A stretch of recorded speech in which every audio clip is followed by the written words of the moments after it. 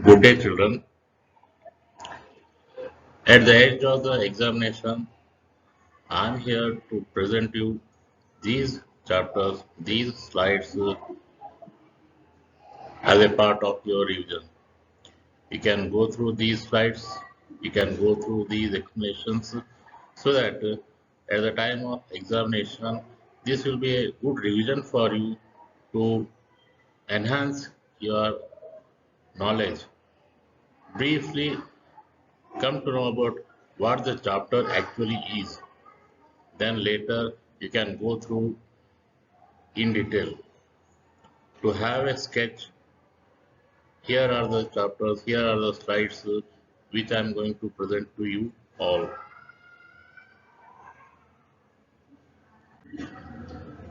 First of all, the nationalism in Europe.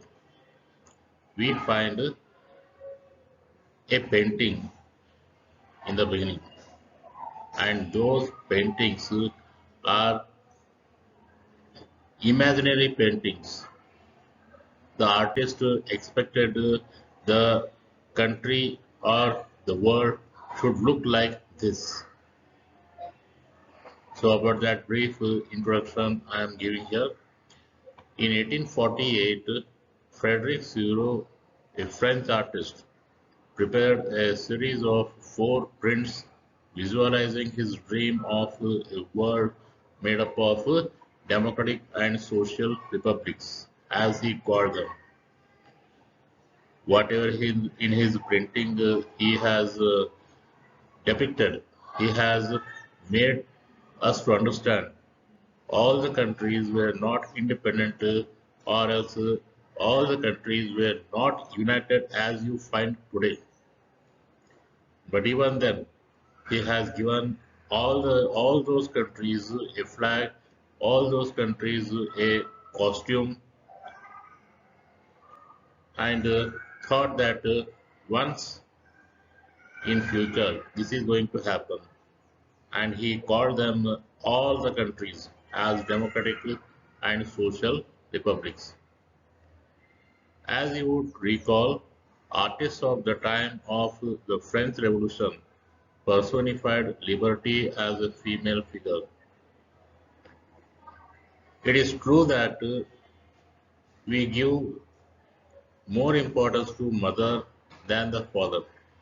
Always, whatever the sharings are there, we share it very easily with comfortable with mother than that of father.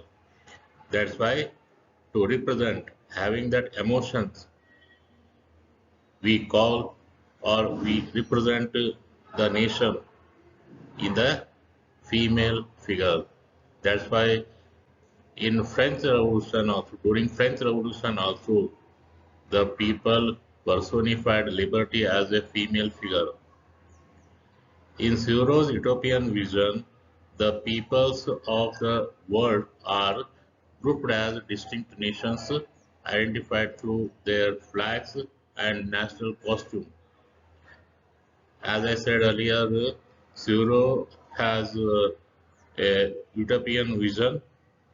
Utopian vision means it is unlikely to exist, which is almost impossible to exist in the world.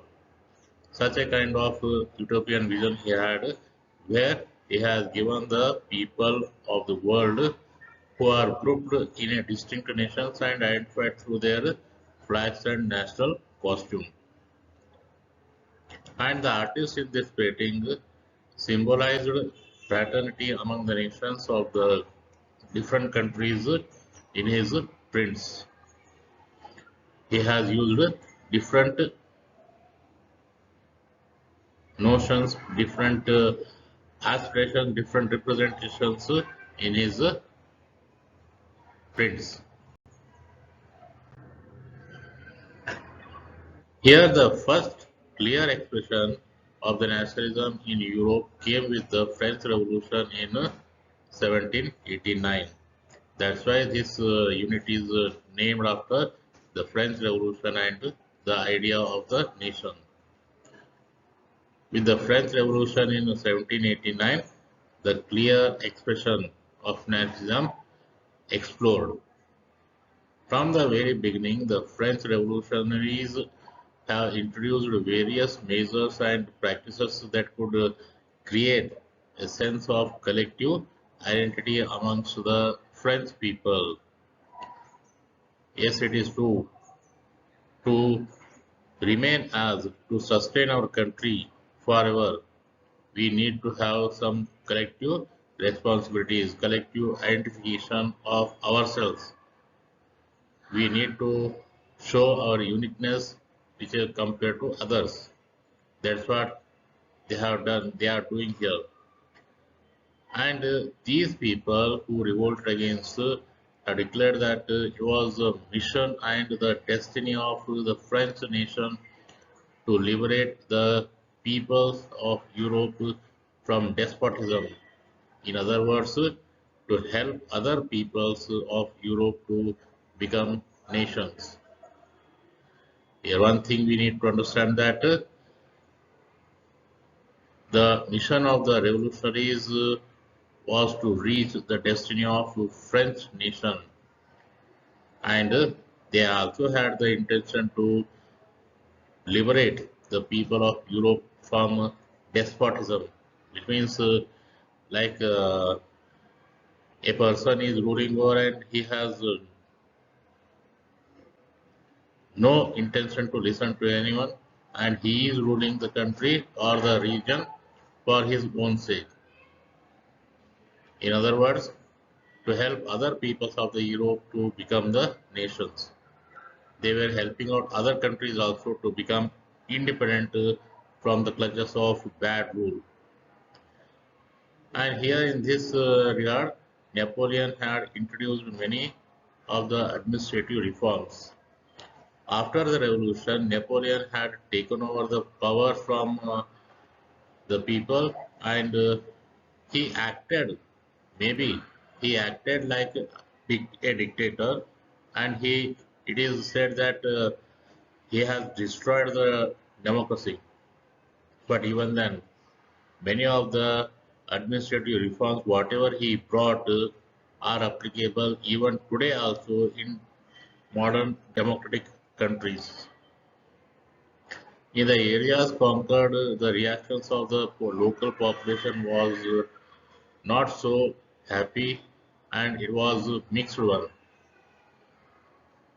because the people at that time in the beginning welcomed French people to come out, and they welcomed like anything, so that something new, some changes are going to take place, and we will be um, happy, or we will be uh, living a satisfied life. Some improvement may take place, or our standard of life will improve, they thought. But whatever Napoleon has executed, he never looked at whether the things are getting properly done or not. He has not arranged anything for check and balance. Just he went on winning the things, and one representative he kept there, whether he is doing according to his wish, whatever he planned or not, he has no checks and balances in that regard.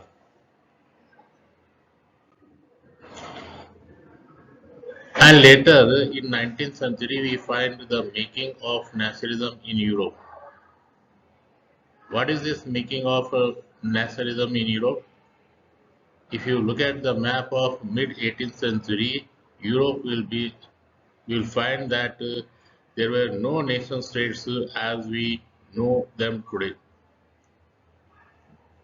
Whatever European map you find, the number of countries you find there in today's Europe, you'll never find these countries or this kind of borders, these nation states of Europe in the mid 18th century. The map of Europe was completely different in that era, during that region. Socially and politically, a landed aristocracy was the dominant class on the continent. Everywhere, all over the continent, it was true. Socially and politically, landed aristocracy was the dominant class.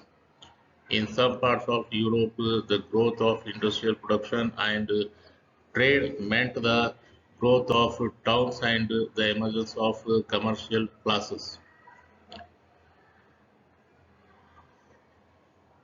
We find here the growth of production and trade meant to some people as the growth of towns and emergence of the commercial classes. Ideas of national unity in early 19th century Europe were closely allied to the ideology of liberalism. During the time, equality before the law did not necessarily stand for universal suffrage, which means at that time universal suffrage was not there. Everyone was not given with the equal opportunity to vote. Women and non-taxpayers were not allowed to vote. In the economic sphere, liberalism stood for the freedom of markets and abolition of state-imposed restrictions on the movement of goods and capital. Following the defeat of Napoleon in 1815, European governments were driven by a spirit of conservatism. And then later, during the years following after 1815, the fear of repression drove many liberal radicals to go underground. These are the changes which we find here, and these are the things they faced while making Europe a nationalistic Europe, while bringing up nationalism among European countries. These are the things which the people of the region have faced.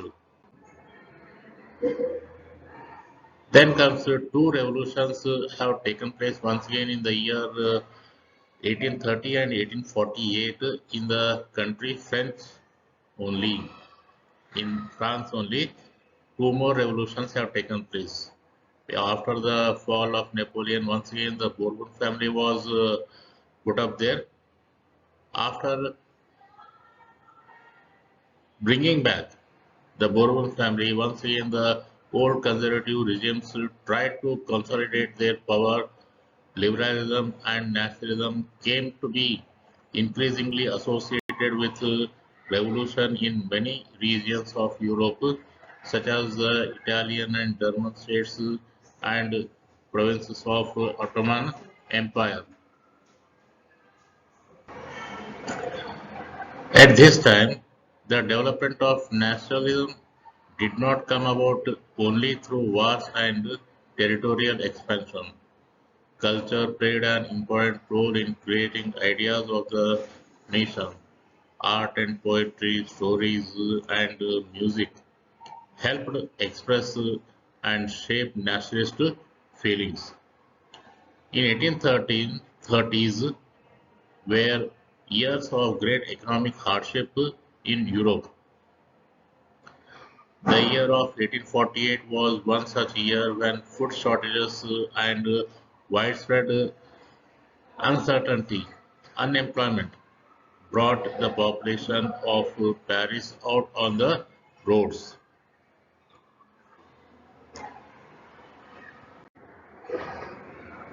Then we need to understand the making of Germany and Italy. After 1848, nationalism in Europe moved away from its association with democracy and revolution. Nationalist sentiments were often mobilized by conservatives and for promoting state power and achieving political domination over Europe. This can be observed in the process of which Germany and Italy came to be unified as nation states. In this part, we observe the contribution of Prussia, Otto von Bismarck, and King William I to unify Germany, and Joseph Mazzini, King Victor Emmanuel to counter-recover Joseph Garibaldi to unify Italy. Still, many other things we find in this process. Then, after all these processes, after all these happenings during the 19th century, we also tried here to understand how we have visualized a nation. While it is easy enough to represent a ruler through a portrait or a statue, how does one go about giving a face to a nation? This is the biggest question we can ask to ourselves. We have to ask ourselves. That's why here we find these are the things through which we can personify. We can say that a face can be given to nation through these things.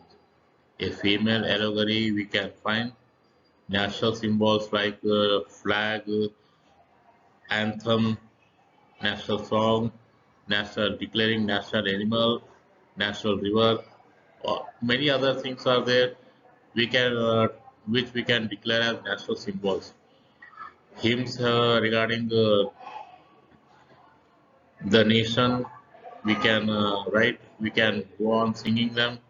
Patriotic songs also can be represented here.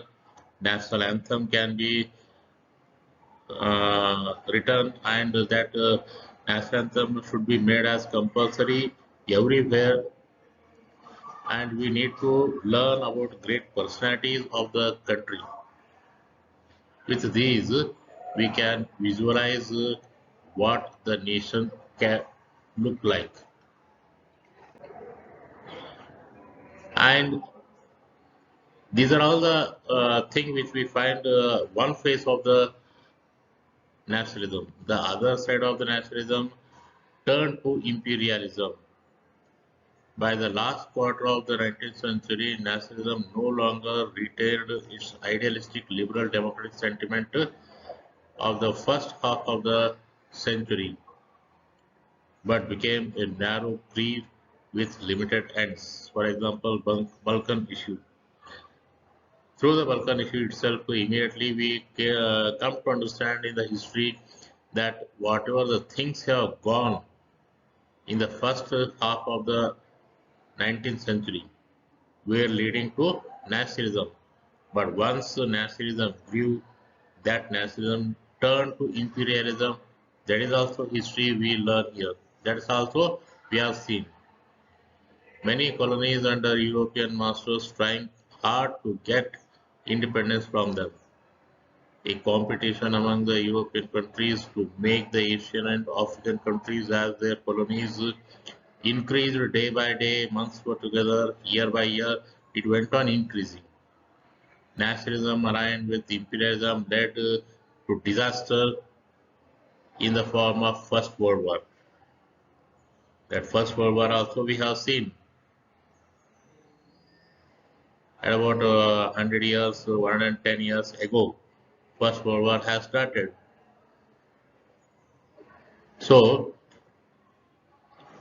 the concept of nationalism is good, but if that concept afterwards turn to imperialism, that is the bad change, the worst change we can see in the history of humankind, which we have seen in the 19th century, that affected in the 20th century, with where we have seen two world wars, where we have seen two world wars.